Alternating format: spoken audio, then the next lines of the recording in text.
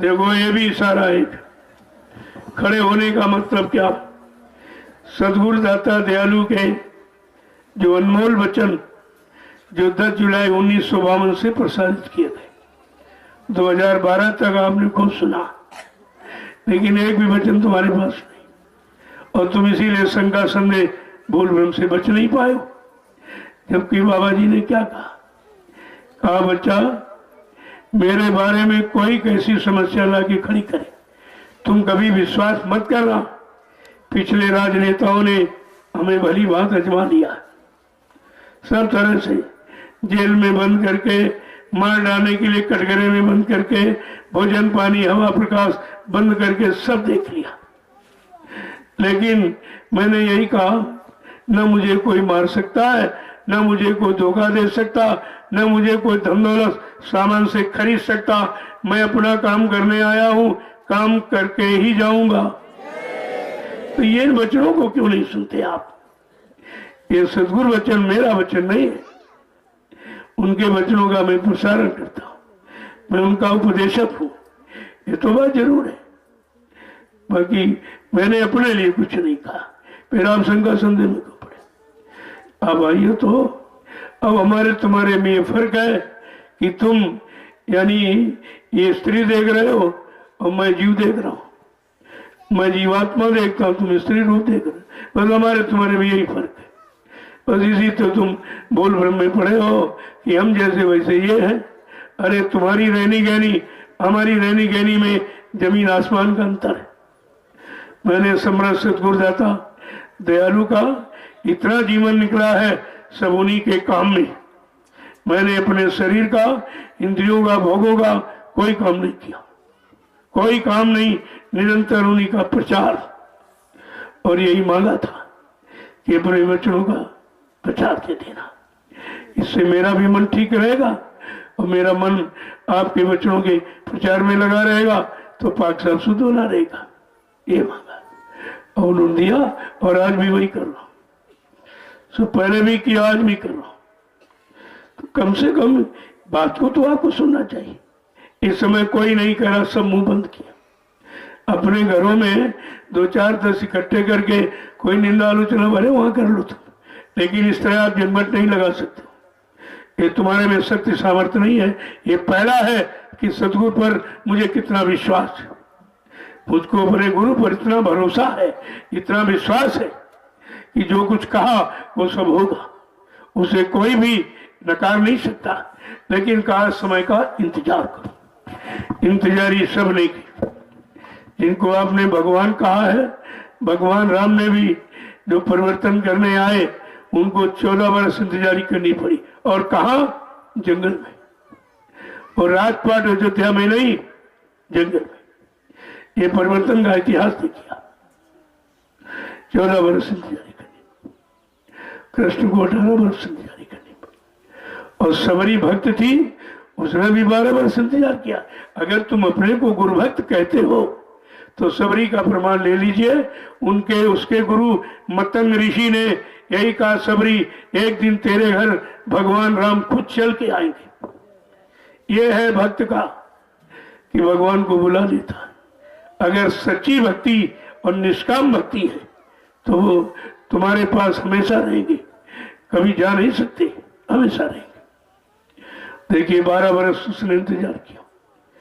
मतंग ऋषि ने कहा, सबरी एक दिन तेरे घर भगवान राम आएंगे। उसने ये नहीं पूछा कि तारीख में, किस दिन में, कुछ नहीं। गुरु के वचनों में कभी खोट नहीं निकाली जाती, कभी तर्क वितर्क नहीं होता। जब वचनों को मानोगे तो वो सब तुम्हारे सामने आके खड़ा हो जाएगा। इतना विश्वास होना चाहिए। और भगवान राम को जब वो 14 वर्ष का वनवास पे आए तो जंगलों में बड़े बड़े ऋषि मुनि महात्मा बड़े अच्छे अच्छे आश्रम बना के रखे थे, और इसकी तो पत्तों की झोपड़ी थी। तो सोचते थे रहे इसके यहाँ कहाँ आएंगे, पत्तों की झोपड़ी में नहीं आएंगे, वो मेरे अच्छे से मतलब आश्रम में आएंगे। लेकिन भगवान भक्त की पहचान जानते हैं, भक्त की पुकार, भक्त की आंतरिक भाव विचारों को सब जानते हैं। और देखिए सीधे जंगल में आए तो सीधे सबरी की कुटिया में पहुंचे। और क्या क्या कैसे कैसे हमने दूसरे प्रेम भाव में क्या क्या किया, क्या भूल गई और कैसे किया, ये सब आप जानते, उसको दोहराने की क्या बात है। लेकिन समझने के लिए इशारा है कि सबको समय की इंतजारी करनी पड़ी। भगवान राम को 14 वर्ष इंतजारी करनी, कृष्ण को 18 वर्ष इंतजारी करनी पड़ी और सबने काम किया। कहा भगवान राम को 14 वर्ष लगे इंतजारी करने परिवर्तन के लिए, भगवान कृष्ण को 18 दिन परिवर्तन करने में। कहा बच्चा मुझको कलयुग के परिवर्तन में 18 मिनट भी नहीं लगेंगे। ये कितनी बड़ी पहचान है।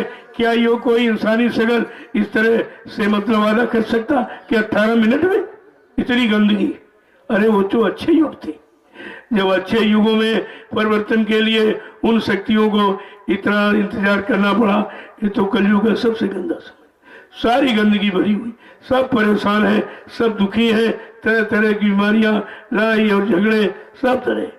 लेकिन समृद्ध दाता दयालु क्या कह रहे हैं कि मुझको 18 मिनट भी नहीं लगे।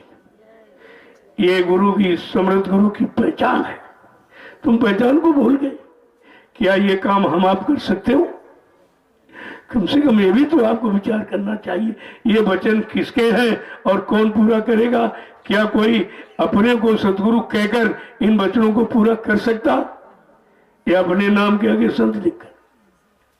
मेरे नाम के तो कोई संत सतगुरु लिखा नहीं है।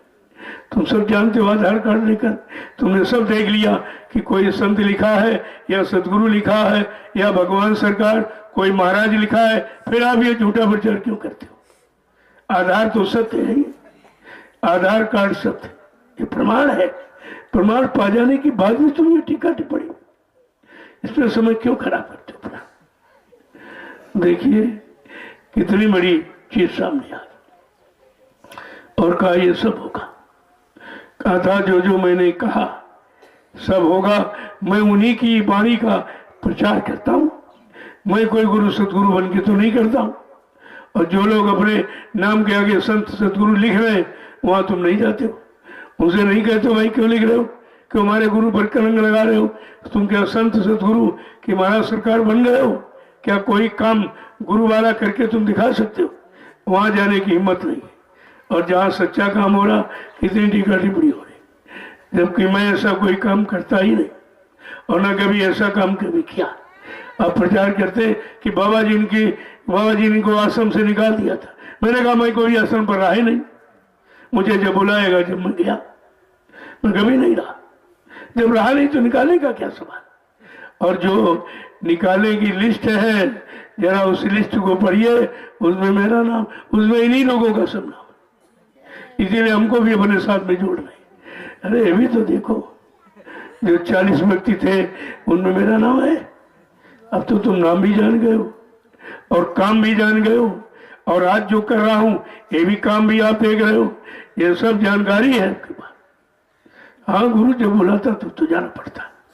अब क्या उन्होंने कहा, क्यों कहा, ये तुम क्या जानो, ये तुम्हारे बस का नहीं है। मुझे बुलाया गया, मैं गया, और मैंने जब समय हो गया मैंने कहा मैं अब जाऊं।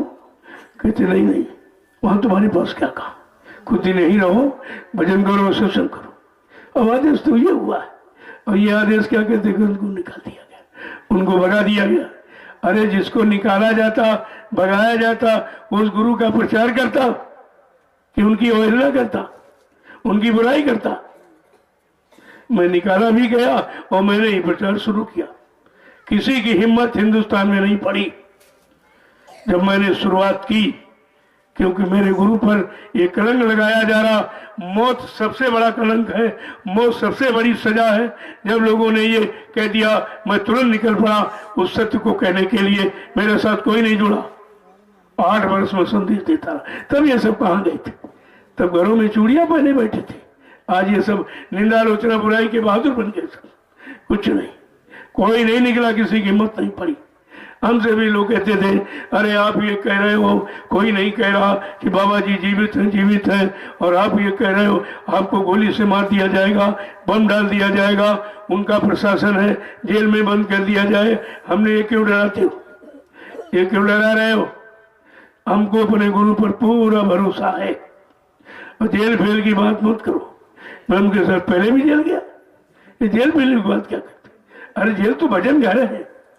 उसको बाबा जी ने खुद कहा चलो चलो सब लोग भजन घर में चलो। अब कितने लोग पहुंच गए भजन घर में? जब तुम गए थे, जो तुम निंदा आलोचना बुराई कर रहे हो, तुमने गुरु का कोई आदेश नहीं माना, कोई आदेश नहीं माना और अपने को ये सर्वोपरि कह रहे। बाबा जी ने 10, 11, 12 जून 1983 में बोट क्लब पर जब कहा बच्चा ये फकीरी भेष को धारण कर लो, और कहा जब तक ये टाट बोरा ये फकीरी भेष तुम्हारे शरीर से नहीं उतरेगा जब तक देश में परिवर्तन नहीं हो जाएगा। और इसने पूछो, इसने पहला टाट बोरा, इसने तो गुरु का आदेश नहीं माना, कोई आदेश नहीं माना। आज ये अपने को सर्वोपरि गुरु का भक्त बता रहा और सबकी निंदा आलोचना बुराई कर रहा। जब तूने खुद ही नहीं पालन किया तुम दूसरे को क्या सिखा रहा है? गुरु के किसी आदेश का शर्म लगती थी लोगों को टाट बोरा पढ़ने में। अरे गुरु आदेश में की नहीं शर्म, उसके फूटे कर्म, वो कर ही क्या सकता। मैं तो आज भी टाट पहनता हूं, आज भी क्यों ये फकीरी वेश है। अगर फकीरों का काम करना है, संतों का काम करना है, उनकी वाणी जन जन के कान तक पहुंचाना है तो फकीरी वेश आपको धारण करना पड़ेगा, तभी लोग विश्वास करेंगे। तो ऐसा प्रचार करने टाट बोरा उतार दिया उन्होंने उतार के फेंक दिया, और जिसने उतार के फेंक दिया उसको कोई नहीं कहता। कहा वो गुरु बन गए। हमने कहा गुरु तो जब है जब मैंने किसी को हिंदुस्तान में नामदान दिया हो। बता दे कोई हिंदुस्तान में कि हमको नामदान दिया। अरे भाई नामदान देता वही गुरु बनता है। सब झूठा प्रचार, एकदम निरर्थक, कोई उसमें अर्थ नहीं है, कोई प्रमाण कुछ भी नहीं। इस तरह से ये हमेशा लोग रहे ऐसे, सत्य के विरोधी हमेशा रहे। सत्य की वाणी का प्रचार करना बड़ा कठिन होता है। एक काल के जीव हमेशा विरोधी करते रहते हैं, लेकिन संत वाणी कभी न टूटती है न कभी फूटती है, और ये कभी पराजित भी नहीं होते, कभी नहीं पराजित। सत्य कभी पराजित होता ही नहीं। हाँ, ये जैसे परेशान अपनी बुद्धि से कर रहे हैं, लेकिन यहाँ तो कोई परेशानी नहीं, मुझे कोई परेशानी इससे नहीं। ना मैं कोई ये झूठे बुराइयों से अपवादों से डरता हूं, क्योंकि जो सत्य का काम करने निकलेगा उसको संघर्ष तो करना ही पड़ेगा। बगैर संघर्ष के कभी काम नहीं हुआ। क्या राम को संघर्ष नहीं करना पड़ा? 14 वर्ष जंगलों में मारे मारे घूमते रहे, कितने दुष्टों के साथ संघर्ष करना पड़ा, उनको मारना पड़ा। ऐसे स्थापना नहीं हो जाती, संघर्ष तो है। लेकिन सबसे बड़ा कष्ट हमको ये है कि वो तो दूसरे थे, यहाँ अपनी बुराई कर रहे, जो अपने जिंदा का भी प्रचार करते और बुराई करते। जबकि जिंदा का प्रचार केवल मैंने, हिंदुस्तान में किसी की हिम्मत नहीं बनी कि बाबा जी को कह दे वो जिंदा, किसी की हिम्मत नहीं बनी। जब 4 महीने के बाद इन सब ने देख लिया इनको गोली से नहीं मारा जा रहा, इन पर बम नहीं डाला जा रहा, इनको जेल नहीं भेजा जा रहा, तब ये धीरे धीरे खड़े हुए और जो विरोध करते। ये विरोध मेरा नहीं, तुम गुरु का विरोध करते, क्योंकि मैं अपना अगर काम करता अपना विरोध समझता, अपने वचन कहता अपने लोभ लालच के लिए, तो मेरा विरोध था। मैं तो सदगुरु दाता दयालु के वचनों का प्रसारण करता हूँ, तुम गुरु का विरोध, गुरु के वचनों का विरोध करते हो। विरोधी तुम गुरु के हो और समझ नहीं पा रहे हो। जय गुरुदेव, जय